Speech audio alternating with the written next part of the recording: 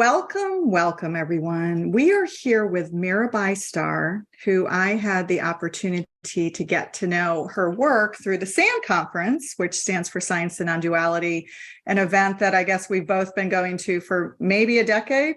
Yeah, something like A that. decade or more. So sad that it's no longer happening. I missed the conference. Yeah. But anyway, I was only really introduced to the depth of her work in reading her latest book, which is Wild Mercy, which we're going to talk about today.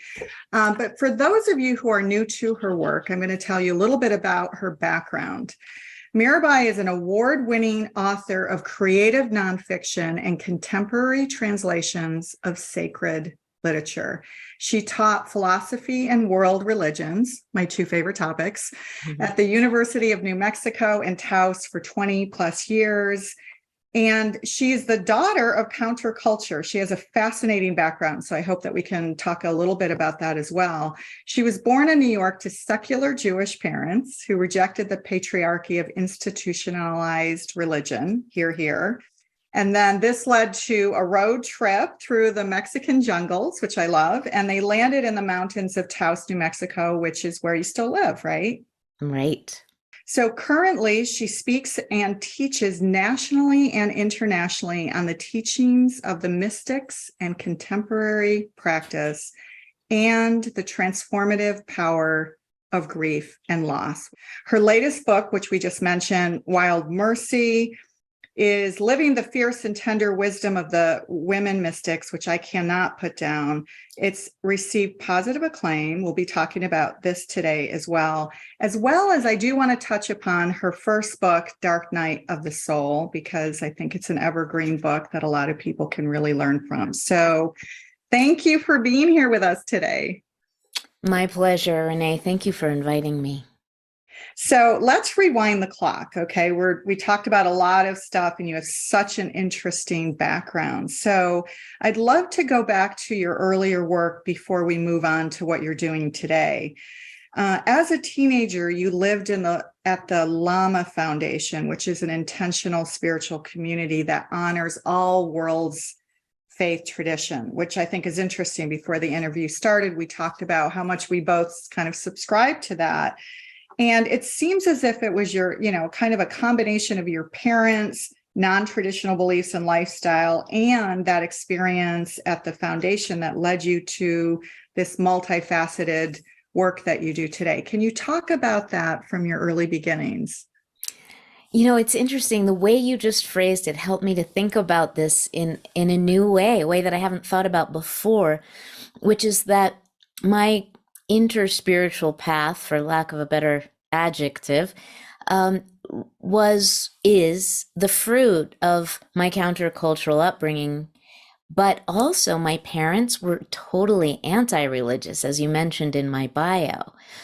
So my attraction, my lifelong deep connection with the world's great spiritual traditions, it was my way of teenage rebellion, I think, because my parents were so allergic to organized religion of any kind.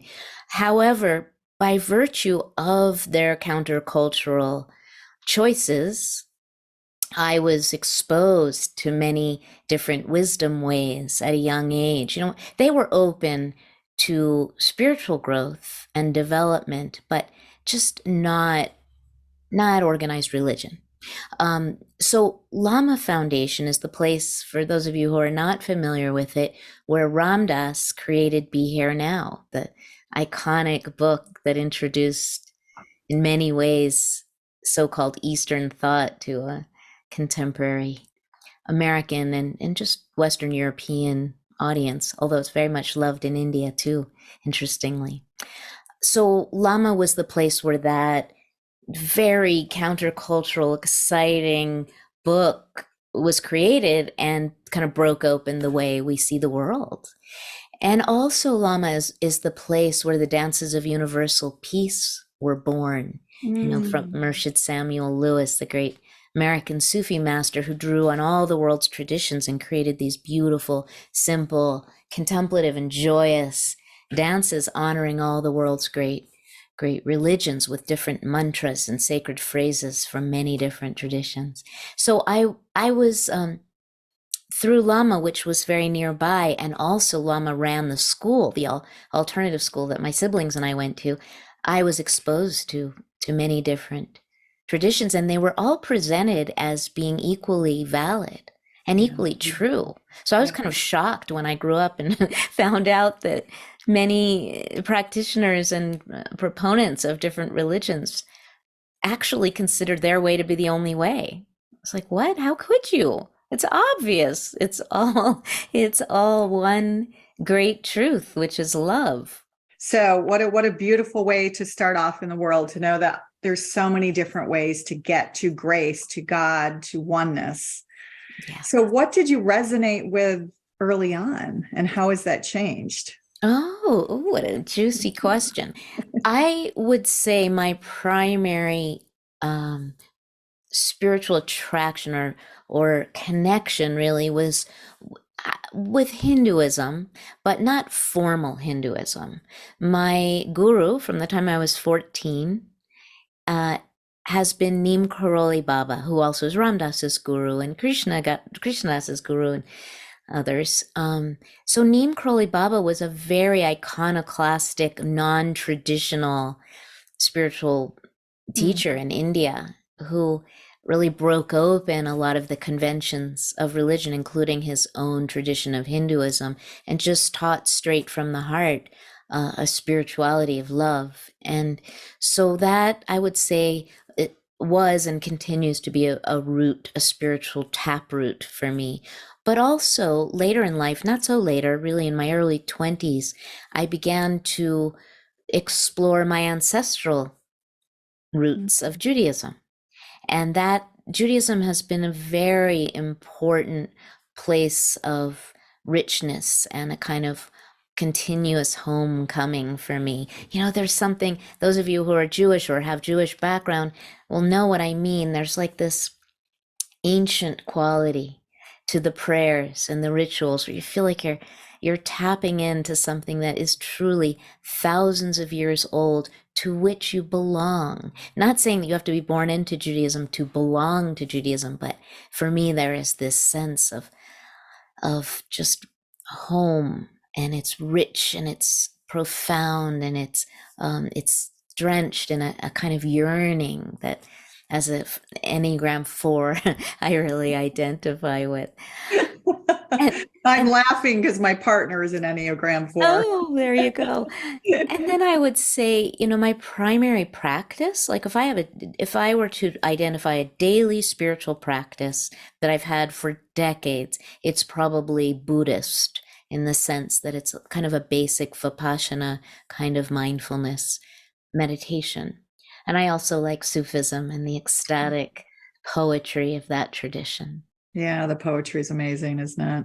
The languages between ancient Hebrew, Aramaic, the Sufi practice, there's a lot of overlap, right? There's just a lot of mishmashing there too. So, I think it's interesting that they all have chants, and they all see the sacredness in certain names, right, which carry a frequency. Right. And I believe, and maybe you know more about this than I do, I was recently kind of diving into this, but the Hebrew language has a lot of meaning, right? So each letter has significant meaning. Absolutely. The letters of the Hebrew alphabet are holy and transformational, in the sense that when we study and deeply engage with the Hebrew letters, they transform consciousness. And Tibetan is that way, and Sanskrit is that way. Those are the, 3 languages I know of, although I suspect that non-written languages, many indigenous languages, also carry that transformative vibration that you're referring to. Yeah, it's interesting that you say that, because I just did a seminar with a modern spiritual teacher, but she was trained through Hinduism. She's based in Australia. And as part of the program, we were chanting the Hindu chants, right? All of the traditional Hindu chants, and then also some indigenous chants. So there were all 3 of them. And though I connected to all three, the indigenous chant, and I can't think of the name of it, but it's Algonquin and heritage, but it was a water prayer. Mm. And I just felt my whole body kind of vibrate as we were honoring the water, with Beautiful. this Algonquin prayer. Yeah, it was beautiful. Yeah, good So, example. yeah, I think that probably all the languages, right, in their own way, carry a frequency. And the question is, what do we resonate with? Exactly. So you asked me how my spiritual life has changed.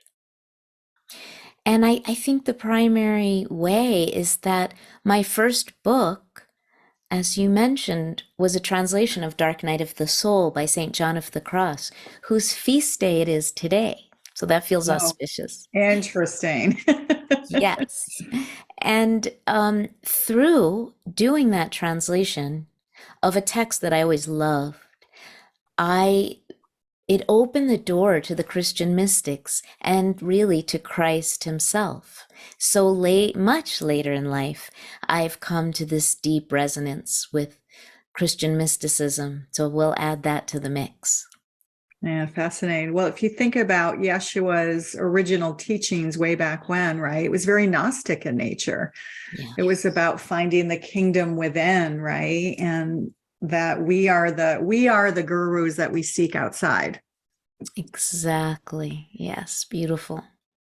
So, I hate to bring up the past, especially painful past, but the book, The Dark Night of the Soul, came about as a result of your loss of your youngest daughter. Well, actually, it wasn't a response to Jenny's death. It was just this very strange convergence, which is that I did the translation, I wrote the translation before Jenny died, and she died on the day that the first advance copy arrived at my house. Wow. So it was about to be published, and it had been, the book was finished, and I received my author copy half an hour before the police came to the door to tell me there had been an accident and that Wow. Jenny was gone. Wow. So how did that unravel for you? Because that, the dark night of the soul, we've all gone through it, right? We've all gone through it. I mean, it started out as this poem from Saint John, right? And then suddenly it's become this terminology that we just kind of throw out there, like, when did you have your dark night of the soul? Yes, exactly. And in fact, John of the Cross would disagree with you when you said we've all had one, because he would say, no, actually, a dark night of the soul is a deeply subtle and advanced spiritual state that comes only when we're ready, when we've matured on the path, when we've built up enough resilience that we can endure periods when our spiritual lives dry up and when all of our belief systems crumble. And that's not for the faint of heart, and I'm sure you've experienced this, Renee, and many of you who are listening know exactly what I'm talking about. Those moments on your spiritual path when you've been, merrily going along, doing all of your chanting and your prayers, and you're reading all the spiritual books and listening to all the talks and going to the workshops and retreats, and you're opening, growing, becoming wiser and more grounded and more awakened and more engaged with service to humanity, because those two things go Hand in together. hand. Yeah. And then suddenly, or sometimes gradually, it's not working anymore. It's not enkindling the heart. It's not making you feel good. It feels empty. That's a dark night of the soul. It feels empty. You sort of drop into this dry desert space. And what goes with that is not only our spiritual senses kind of dried up and we're not feeling it anymore, but our concepts don't work. Like we can't conceive of God or the spiritual path or the meaning of life. None of it makes sense anymore. So that's really what John of the Cross meant by a dark night of the soul. And the culture at large, as you're referring to, Renee, has taken that term, understandably, in my opinion, and used it to express those periods when we're just in pain, when terrible things happen and plunge us in to these prolonged spaces of sorrow, of depression, of meaninglessness. So technically, that's not what John of the Cross meant. However, it is relevant. I mean, because our personal periods of deep pain and meaninglessness, suffering, can actually strip away whatever stands between us and a direct experience of the sacred. Right? I think we have all experienced that, like the fragrance of the holy comes wafting through, even in the depths. In fact, often in the depths, as a result of it, the depths of our pain. It connects us because the things that used to matter get cleared out. The superficial things. Yeah, and I think that's how it is often depicted today, is that it's depicted as when you go through that dark night of the soul, that's the opportunity, right? As Pema Chodron so beautifully writes about, that's the opportunity when we have to go within because there's nowhere else to go. Right. We feel, as you said, stripped away of everything. And so where else do you go? But whatever your sense of the divine is, whatever that is for you, you have to go there because you feel like you've lost everything else. Yes. And even if you don't believe in God anymore, with, as it, the G word, I call it, with your conceptual mind, there is this access to that space. It becomes a portal. One of the things that I really love about your work is that you often speak about that there are so many ways to get to that portal. So whether it's the G word or whether it's Godde for the feminine face of God, Sophia, universal consciousness, the cosmic soup. I mean, whatever that is for you. I mean, we all have access to it, right? To this cosmic connection. So when you were going through all of, dancing with all of these different faiths and traditions, and you just mentioned that Buddhism was something that really resonated for you. Is it more so the belief system of Buddhism or the way of life? Because there's a way of life. Yeah, that's a beautiful question. I think both.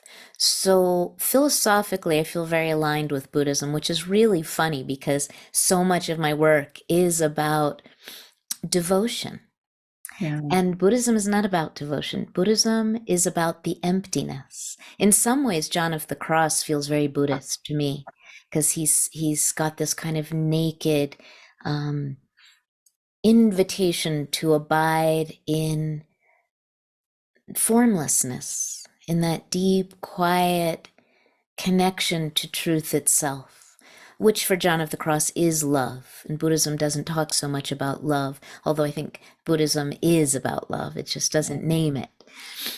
So the practice of mindfulness meditation or simple silent meditation practice is very resonant for me, and it's still what holds me up every day. It's like brushing my teeth. I have to sit in the mornings in quiet before I start my day. But also philosophically, that understanding that that everything is interconnected, that everything is interdependent, that any sense of separation, particularly an individualized self, is an illusion, and that there is this network of interbeing to which we all belong.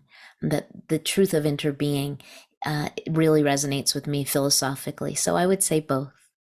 Yeah, I mean, and there lies, the niche that you filled in, speaking at a non-dual conference, right? Non-duality, but coming at it from so many different places, Christian mystics, and you even bring in myth and archetypes as well. For sure. Yes, especially goddess archetypes really resonate for me. And I call on those goddesses on a regular basis. And I would include Mary Magdalene and even Mother Mary as goddesses. And the feminine face of the divine, Shekhinah in Judaism, the indwelling feminine presence, Sophia, who you mentioned. And so for me, that goddess archetype has so many beautiful and alluring and helpful faces. And so I draw on different ones at different times, depending on what I need or what the people who are sitting with me might need.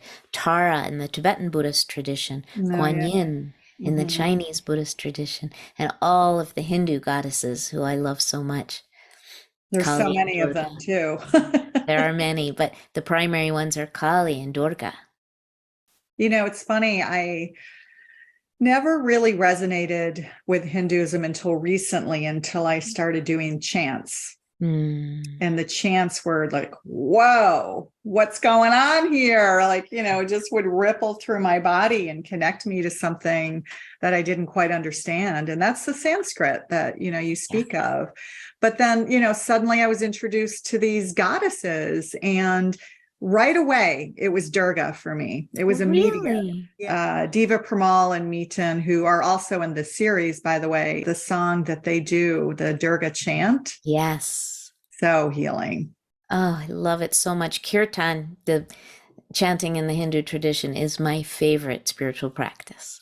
Yeah. I was hoping we were going to talk about that because I'm fascinated by resonance. I'm a musician, so I'm fascinated by how people respond. We're starting to bring in bowls into some of the work that we do with our community. And I'm seeing like, wow, people are shifting immediately, right? And so, it doesn't have to be Sanskrit, although I think there's something really powerful with the Sanskrit language that is so ancient and so old, right? Back to the Vedas, that we just don't even understand in a linear way.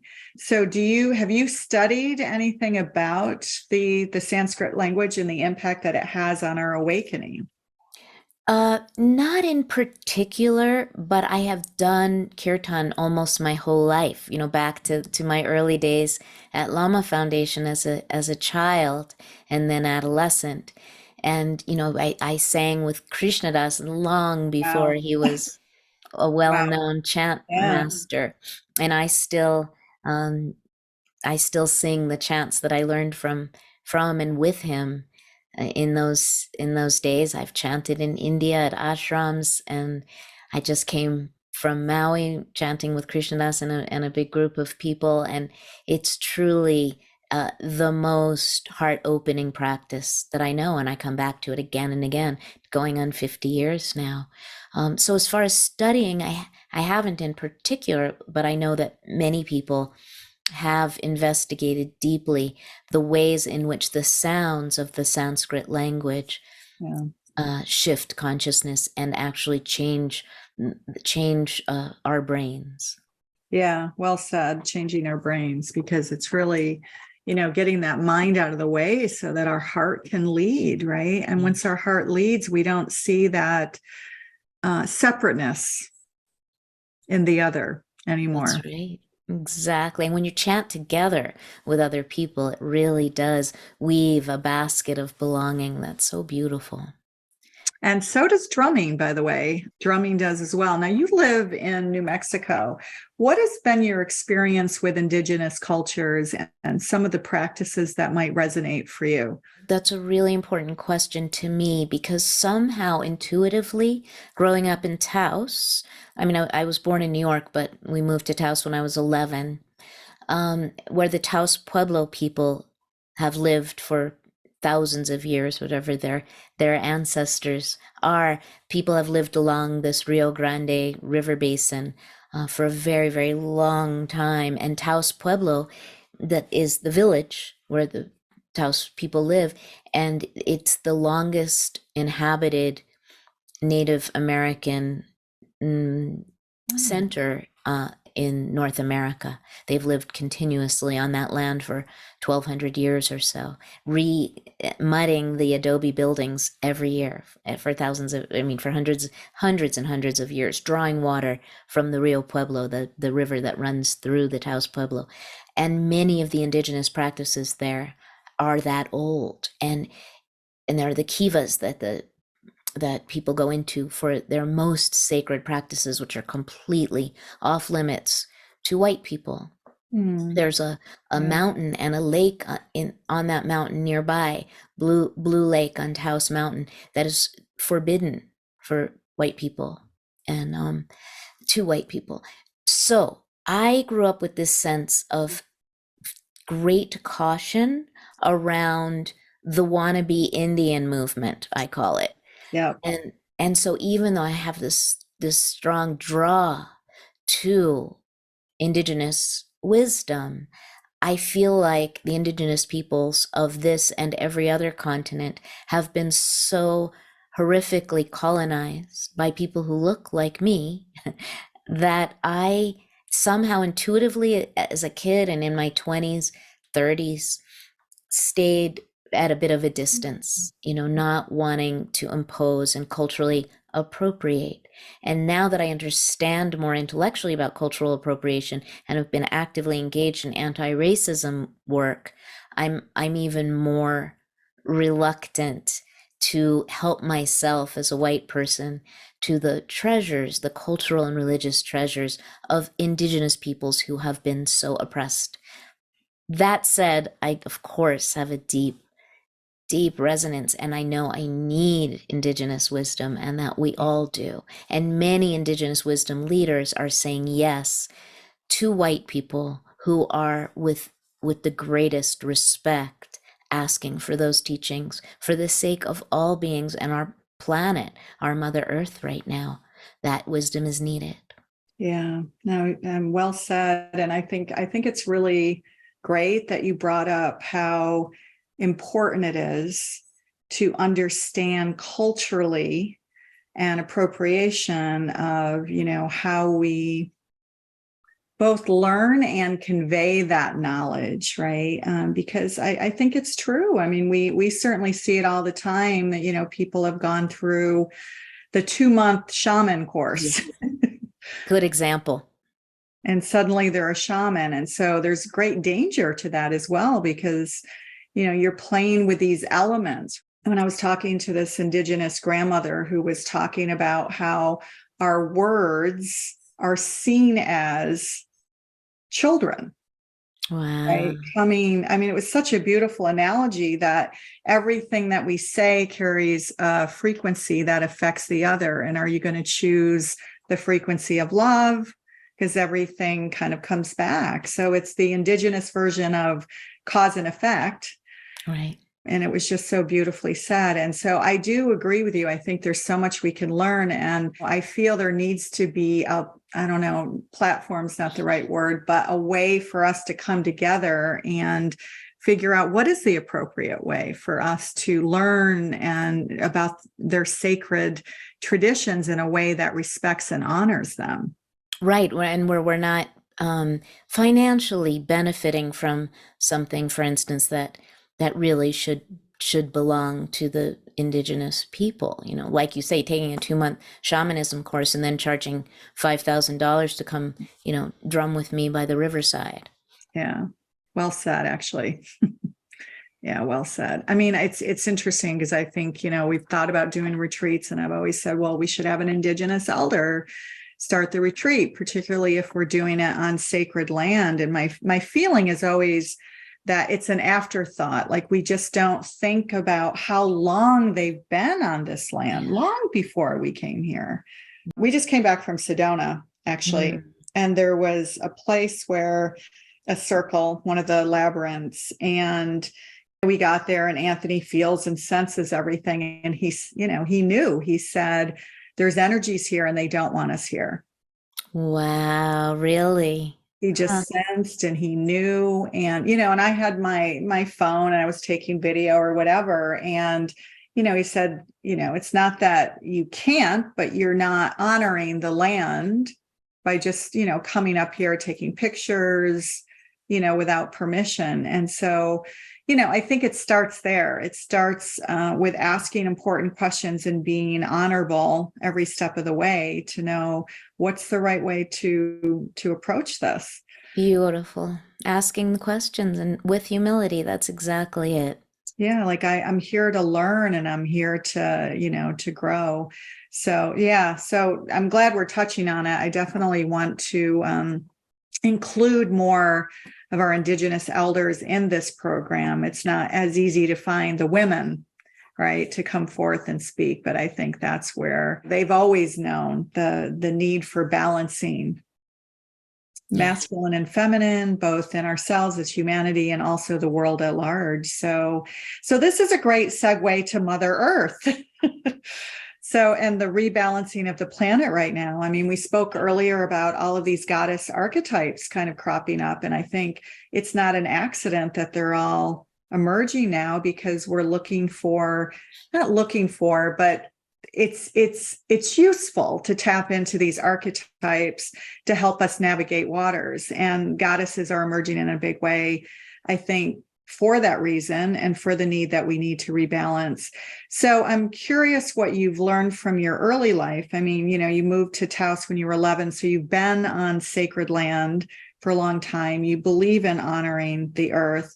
So what would be good practices, right, and best practices for people today who want to honor Gaia, right? Because we get that question all the time, right? We can't write a big check, or but they want to know ways that they can honor Gaia. I mean, certainly there's the standard ones, right? Stay away from plastic and, be aware of what goes into our oceans and our environment. But I'm sure there's other things as well that we can incorporate into our day-to-day practice. Yeah, beautiful. Well, the main entry into connection to Gaia, to our mother, the earth, seems to be again through love. Love, love, love is the song I'm singing here, and I know many of you are also singing this song of love. And so when we fall in love with the earth, we cannot help but protect her and do everything in our power to sustain her and to heal her. So one of the ways that I fall in love with the earth is that I walk outdoors in nature every single day. I recognize that that's not always an option for everyone, that I have the privilege. I mean, I literally live a quarter of a mile away from national forest. Wow. And I have 2 big dogs. And so every day in all kinds of weather, today I walked in deep snow. It doesn't stop me. I walk when it's snowing. That's beautiful. That's deep stillness of a snowstorm. So all year long, I walk every day. And even if I'm sick, I'll at least get outside. I'm rarely sick, but occasionally that does happen. And I'll still make sure I get outside, and even if it's for just a few moments. If you live in a city, there are parks. If you're not ambulatory, if you cannot walk or get out, there's a window and you can feel the air on your face. You can breathe in the breath of our mother and just ask her to reveal herself to you in whatever way she can. So that's one way for me to connect with the earth. And then she does show me how to help. And she doesn't need me, but she shows me how to connect with her and how to help connect others. The other thing is that I do a weekly Sabbath practice. Every Friday at sunset, I light the Shabbat candles in the Jewish tradition, welcome the Shekhinah. The Shabbat is feminine. Yeah. Shabbat is feminine in Judaism. Welcome her. And then from sunset on Friday through sunset on Saturday, I enter into a period of unplugging, of Sabbath, of rest. It's deep rest, but it's also, more than anything, it's disconnecting from the to-do list and from the kind of mechanical way of living life and exerting our will on the universe, thinking that we have some control. So another aspect of Shabbat for me is just lightening my footprint on Mm. this earth, not burning fossil fuels. I have to warm my house, but not driving somewhere, not because I'm Orthodox, because I am certainly not, but because I want to not buy stuff that I don't need on Shabbat, not not go anywhere, not do anything, just drop into being. Mm. That helps a lot to strengthen my intimacy with the earth. That's beautiful. And that's part of, I think, one of the things that sets your work apart is that, you have contemplative practice, right? And the going inward, and you combine that with all of the academic work that you do. So I think that's beautiful. I would argue, though, that Mother Earth does need you. Yeah. She needs people who care about her. Yeah, And, so I do feel that just that honoring, right? Because that intention has a ripple effect. for sure. What we see, what we create, what we say, what we think, all of these things materialize into form. So let's move on to this, because it is your latest book, right? Wild Mercy. So I had no idea what to expect when I picked this up, and you took me on a journey that I least expected, right? I figured, okay, there's going to be goddesses in here, and there's going to be, right? It's going to be about the rise of the feminine, but there was so much more in here. I'm not finished with it yet, but one of the things that I want to say to people who haven't read it is that you weave in some of your academic knowledge about particular, kind of famous people like Teresa of Avila and, St. John the Cross and other people of their ilk, right? You talk about them, and then you also talk about the goddesses. So what was your process in coming up with this? Yeah, for people who are hearing the word academic, you might be thinking of something that's a lot more scholarly than Wild Mercy. This book is wild. Yes, it It's is. poetic, it's personal, it's subversive. It's definitely not a dry read. I mean, I hope that doesn't sound arrogant. I No, just it's not. No, that's what I mean. I mean, it wasn't what I expected, and it was, I yeah. mean, in a good way, right? I mean, it was just, so there was just so much that you just brought it all into current modern times and how it can Good. apply. Yeah, I think Right. that was beautiful. And you've got like poetry in here too. You had a Shekhinah prayer, which I Yeah, loved. yeah. Oh, thank you. I love that prayer too. Yeah, so I'm saying that because it's really an invitational book. It's connecting with people at a heart level much more than an intellectual level. However, because I do have an academic background, a background in philosophy and religious studies, it's grounded in years of research, of reading, and of teaching in the classroom, teaching at the university level. Those kind of, I call them the turn-on classes, introduction to world religions, introduction to philosophy, that are meant to enkindle people's minds and hearts and connect with that innate human longing for meaning and meaning making. So that's at the root of everything. It's not just um I'm not just skimming over the kind of pretty bits No, of I know. the Right. goddesses and the saints and mystics of the feminine face, but rather really rooting into everything I could get my hands on about each of these paths Well, and I being. mean, and you really understand the people that you're writing about. Yeah, there's a lot of storytelling, Yeah. y'all, because I love to tell a good story, and they're just brimming. These beings are brimming with great, beautiful stories.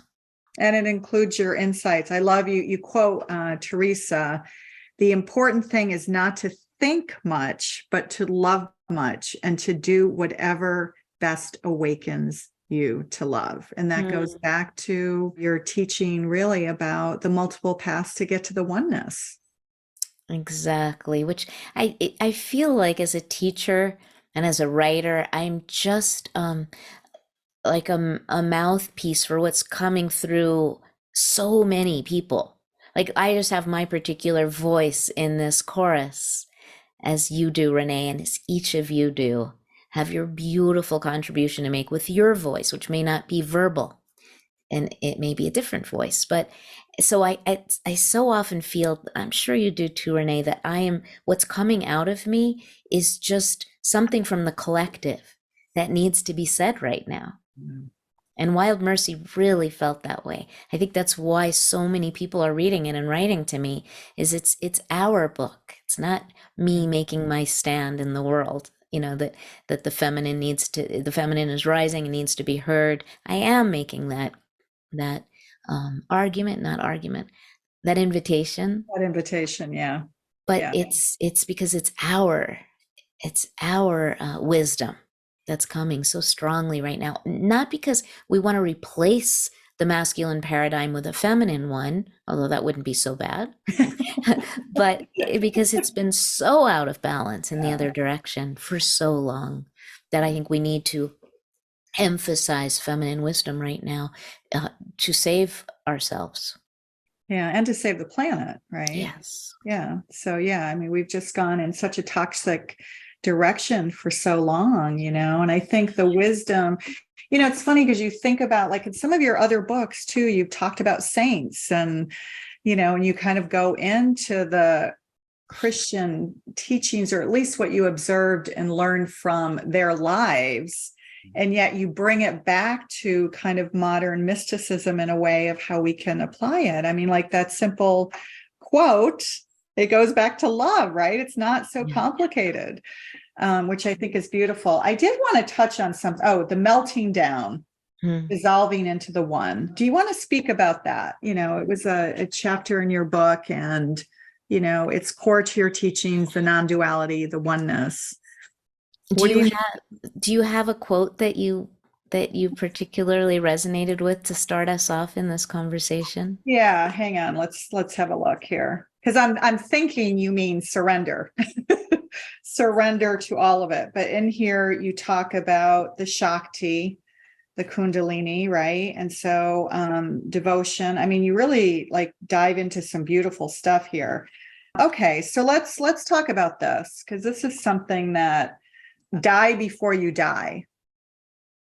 I love this, right? What burns our attachment to the false self, the illusion of separation from the divine.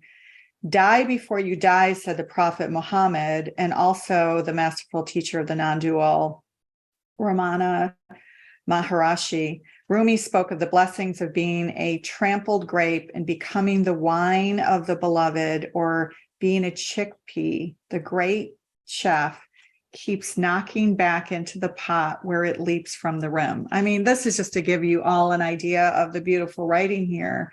But okay, so this goes back to here. Let's talk about this for a little bit. Our mistake as postmodern citizens of the modern world is to equate self-emptying with a self-esteem problem. So you had spoken earlier about the emptying, right? Which in Buddhism, but it's not just in Buddhism. I mean, even in Japanese Shintoism, they've got their 5 elements, right? We've got the ether as our 5th element in the West and other traditions. And in Japan and other parts of the East, it's the void. Yeah. That's the emptying. So maybe you can expand upon that, the void, the nothingness, that is love, really. Right. It's not empty. It's emptiness that's not empty. Right. Shunyata is the word in Buddhism, shunyata, and it's translated often as emptiness, but Roshi Joan Halifax, for instance, translates it as boundlessness, which I think is a beautiful way to look at that core teaching of Buddhism. In Judaism, it's Ein Sof. In Kabbalah, in Jewish mysticism, it's the source from which everything arises, but that source itself has no distinction. It is undifferentiated. It's non-dual. But out of that non-duality arises all the beautiful multiplicity that we experience. So it's this interplay of non-dual and multiple, of formlessness and form, of boundlessness and boundariedness or something. And so it's not like one is true and the other is not true. It goes back to the either and. Right. Father Richard Rohr, the beautiful contemporary Franciscan priest, talks about both and all the time, and the truth of that, which is paradox. And paradox characterizes the mystical path. It is both form and formless. It's both separation and union. It's both suffering and ecstasy. It's all true at the same time, which is one of the things that I really feel is the domain of the feminine. It's big, it's vast, and it's big enough to hold all these seemingly contradictory propositions in a single, very complex and yet ultimately simple truth of love. So yes, non-duality and duality both belong. I think the non-dualists often get very dualistic in the sense that they insist that unless you see separation as an illusion, period, you're not spiritually mature. So that would leave devotion out of the picture altogether. I know. I'm trying to think who we brought onto this program who said the same thing, actually. And I think it was, I don't want to misquote, but I think it was a philosopher, actually, who had a hard time with that separation, right? Yeah. Yeah, that it has to be either or. So fascinating that you're bringing that up.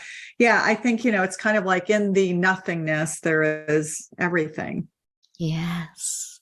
And into the vessel of what is, the nothingness pours and then explodes, Big Bang like, into all form. I mean, in Judaism, there's that legend too, that the Holy One contracted itself to a tiny, dense point, and that point exploded or poured itself. Another version of that legend is poured itself into a vessel, and the radiance was too intense, and the vessel shattered, and that shattering created all that is. Does that mean it's wrong? No, it's just what is. So the Ein Sof, I've always been fascinated with this because when I first started on in this journey, I picked up the Kabbalah and I couldn't put it down. And I thought, well, technically I'm not Jewish in this lifetime, though I've lived on a kibbutz and did prophet work for the Israel conference. So when I picked up the Kabbalah, I'm like, oh my God, I'm home. So there's that point, and that is supposed to be the point to the void or to the nothingness. It's the threshold, between form and formlessness. It's the ground of all being. In the Heart Sutra, the Prajnaparamita in Buddhism, it says form is emptiness, emptiness is form. So it's not a distinct state. It's not the distinction that we're trained to see with our conceptual minds does not do justice to the relationship between form and emptiness, or form and formlessness. It's the wellspring. That formlessness is the wellspring from which these waters create all life. So is one better than the other? No. It just is. It just is. Yes. So with that, let's move into, because I want to make sure that we have enough time for this, is you've had a lot of experience with helping others deal with grief. And many people are going through a hard time now. I mean, we're kind of out of the thick waters of COVID, right? We're kind of coming out of the other side, but, still some have lost people from COVID, others from cancer. And other diseases, right? As we're all aging, right? This is happening to many of us. So two questions on this, right? Because we get these kinds of questions all the time too. how can we best help someone who has just lost someone, right? So what kind of guidance and help, best practices can we do to really support someone who's just lost a loved one? And then the other thing that comes up a lot with us too is you're at the bedside of someone, or you're in the final days and you know that they've got maybe a week to go.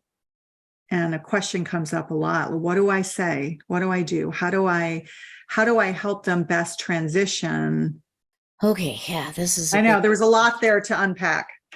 Well, and you're talking about, as you named it, the grief aspect of the death and dying question, and then the dying aspect, supporting people in grief and supporting people in letting go of this life, but also our ourselves practicing, as you quoted before from the Prophet Muhammad, dying before we die. And Tibetan Buddhism is all about practicing for a good death. Not all about, but there's a lot of it, a lot of that. And so all of the mystical traditions recognize the ways in which we die multiple deaths in this very lifetime. And when we can do so consciously and lovingly, when we get to the moment of our actual physical death, it's much less terrifying and much more inviting and beautiful, potentially, even when accompanied by great physical distress. And it's not always accompanied by great physical distress, but sometimes it is. As those of you who have sat at the bedside know, dying can be excruciatingly difficult to do, just like giving birth can be. So as far as being a support person for both the grieving and the dying, I would say it comes back to what you said earlier, Renee, about listening when we were talking about indigenous wisdom.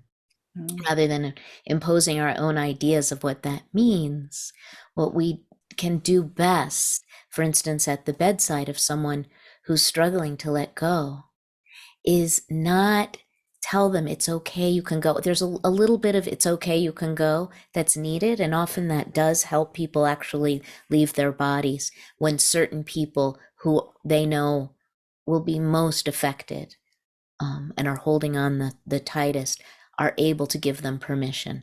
But in general, less is more, both for grieving people and dying people.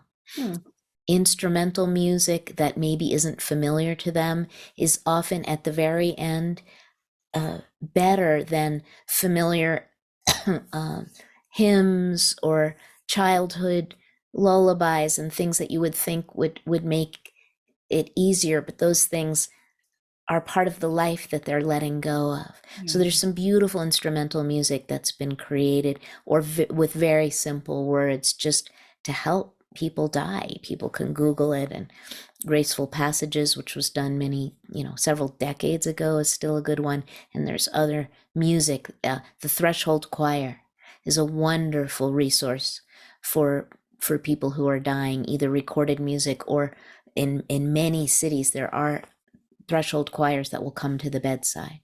Wow. I had no idea. That's amazing. Yes. For grieving people, again, the less verbiage, the better. Because when we're freshly grieving, we're so blasted open. We're so stripped down. Our bullshit detector, am I allowed to say that? Sure. Is really honed. And so any kind of platitudes like they're in a better place now, or at least they're out of suffering, or God needed another angel. Don't say stuff like that, please. Grieving people don't need to hear that God has a plan for them and that ultimately this is going to be a great gift. None of that. Even if you know, because you've experienced it, that there are tremendous gifts that are lying at the heart of this horrendous experience of loss. This is not the time to point it out. If they want to point it out, people who are suffering, saying, like, even in the midst of this great suffering right now, I can feel the presence of the sacred, and it's sustaining me. If they say it, you can support that, but we must not impose our ideology on people who are freshly grieving. People who are grieving, to me, are holy people, the holiest people. They have great wisdom and heart, and they need to be approached with reverence and stillness. And what they need is what we need to listen for. Beautiful. Yeah. So less is more, holding their hand, being there for them, asking them what they need. Yes, and even crying with them, but not hysterically. Don't make it about you. But crying with them because spontaneously the tears arise, as a result of your proximity to the depths of their pain. Yes, but mostly, and not even asking too much, because grieving people and dying people don't always know what they need. No. So simple things like, helping with physical things, cleaning up, bringing food, taking people shopping. Those kinds of things are wonderfully helpful. When my daughter died suddenly in a car accident at the age of 14, I couldn't cook or clean, and people brought food that was really helpful. But one of the things I remember most, and I still have stashed beside me, is the cards and the letters. And that was so soothing to me, just this outpouring of, we heard what happened, we're so sorry, we care. And then people telling me memories of Jenny, specific things that they remembered, Halloween costumes that I made for her, funny things she said, the way that she helped their child learn to read, very specific memories of our loved ones. That's really comforting for grieving people. Is that comforting right after the incident when it's really still raw for people, or is it more helpful a month or two down the road? Yeah, don't hesitate. Don't wait too long. Like, that's another thing I hear all the time. People say to me, "Well, I'm not going to call or stop by that household because it just happened. It's a very private time.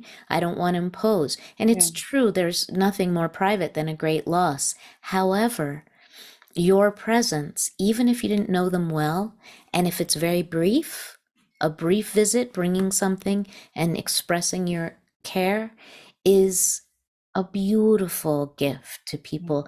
Staying away because you don't want to impose is often a veiled way for you to not be uncomfortable. Yeah, that's so true. It's like walking through fire to enter the household of grieving people. We have some neighbors who we don't know well. The woman is a seamstress who does, mending for me sometimes. The husband is an auto body guy and works on our cars. But we heard their grown daughter, was killed in a car accident a couple of weeks ago. Wow. We just went we heard the sun was setting. It was the day that she died. We got the word, we got in the car, we went over there. We had, food that we had made for our own dinner. We delivered it. We sat with them on the couch while they sobbed. And it's because I have walked through that doorway of fire so many times, and people have walked through flames to get to me, that I knew, not 3 hours, but a half an hour to be there for them, to just go, what just happened? How am I going to walk through this world without my beloved in it? And there were people who were not even close to me who came to our home when Jenny died, that I will love forever because they had the courage to come to me. It's so true. We worry. It becomes more about ourselves, like the discomfort that you mentioned, right? And it's really not about, that's really, really well said, I mean, I do remember when my grandfather died, if someone had said to me, how can I help? What can I do? You're right. It's like, gosh, I have no idea. I can't even think. I can't function. But if someone came over with food, or even at the funeral, they would pack up the chairs and put them all away so I didn't have to think about it. Like taking charge and saying, okay, where can I assist? I think that's really valuable advice, right? And thinking back to my own losses, right? Where you don't have like this comprehensive, expansive linear thinking that you normally do about what you need to do. You need help. You need Yeah. hands. That's right, because grief is like a traumatic brain injury, and there is research in neuroscience that shows we're affected in very similar ways when we have a great loss as to when we are hit on the head. And there's amnesia, there's things you won't remember, there's irritation and anger and all of those things that sometimes arise that we can't understand or explain in the moment. We think there's something wrong with us, but there's nothing wrong with you. You're just grieving, and it's a natural response to a shattering loss. Later, the gifts will come, but at first, the only thing that's needed is gentleness and compassion. So I have a question I hadn't thought of asking, but I've seen friends over the years who haven't grieved, or I feel that they haven't gone through the grieving process. What is a good way for people to know whether they've released and gone through grieving in a healthy way, or if it's still, because whatever we bottle up, right? We know that there's science now showing that anything emotional, if we're all energy, right? We're photons, we're light, energy that gets bottled up that's in trauma, right, leads to disease and over time. So I would imagine that grief is the same way, right? It's a bottled up emotion that hasn't been released. So how can people know if they've grieved properly? Okay, I have so many responses, but I'm going to try to keep it very distilled. Unprocessed grief, what Stephen Levine, the great teacher of conscious dying, called unattended sorrow. Unattended sorrow or unprocessed grief can definitely result in certain pathological kinds of conditions, mentally, physically. However, I think we need to be super cautious about that, because it would be easy to make a logical connection then and say, if I am diagnosed with breast cancer or other kinds of illnesses, mental illnesses or physical illnesses, it's because I have done something wrong. I haven't processed something properly. And so please, friends, do not draw that conclusion from this conversation about unattended sorrow, because one does not logically lead to the other. Perhaps there is a spiritual and emotional component to any disease, but it doesn't mean you did something wrong. Right. And I think blaming the victim is really tempting in situations like that. No, you're right, because actually in our community that has come up where people feel, even if they're not going through it, if a family member is going through it, there's a sense of, I must have done something wrong to contribute to this. So Wow. yeah, I Okay. know. Good So point that's, of I think, awareness. yeah. So there is no way to grieve right, and therefore there's no way to do it wrong. Everyone grieves individually. The timetable is different for different people. Some people will say, really, you're still upset about your grandparent 6 weeks later? They were 98 years old. What's wrong with you? There's Wow. nothing wrong with you. You loved that person. You miss that person. You'll get through it when you get through it. And often we grieve for an entire lifetime. I will never get over the death of my daughter, nor do I want to. My grief is my connection. It's a love connection. It's one of the ways that I continue to love her, is to grieve her. It's not the hot fire that it used to be. It doesn't take me under anymore, but it's a warm flame of pain and sweetness that connects me to Jenny. And I wouldn't give it up for anything, because I don't have her anymore, but I have that love. So we grieve in our own ways, in our own time. We come back to different kind of stations or thresholds of the grief experience. What Kubler-Ross named as as denial, anger, bargaining, depression, acceptance, all of which are kind of negative terms for what is a deep, spiritual, beautiful path. And we come to different stations on that journey at different times, and we return to them again and again. So no right way to do it, no wrong way to do it, no timeline for grief. And really what I'm inviting people to do is to say yes, even if it's a quiet, reluctant little yes, to grief as a transformational invitation. Not right away necessarily, but ultimately, if we can just not turn away from the power and potency of the grief experience, but rather soften into it and inhabit it, abide in it, be curious about it, be tender and compassionate with yourself, but don't go away.